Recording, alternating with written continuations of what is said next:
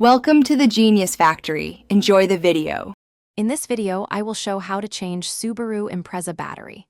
Start by parking safely, engaging the parking brake, and disconnecting the negative terminal first to prevent sparks. Keep a small tray for bolts and use a 10 mm wrench for most terminals.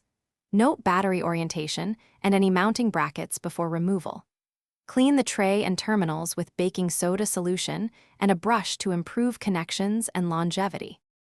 Begin by loosening the negative clamp with a 10 mm wrench, then the positive clamp, and remove any cable tie or cover. Undo the hold-down clamp or bar that secures the battery, keeping bolts in a small tray.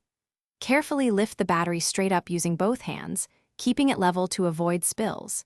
Place the old battery on a protective surface and take it to a recycling center or return point for proper disposal.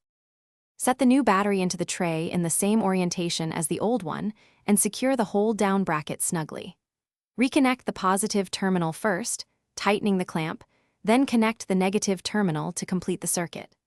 Wipe terminals clean and apply a thin coat of terminal grease or protectant to reduce corrosion. Double-check that all clamps and the hood release are clear, then start the car to confirm a healthy charge.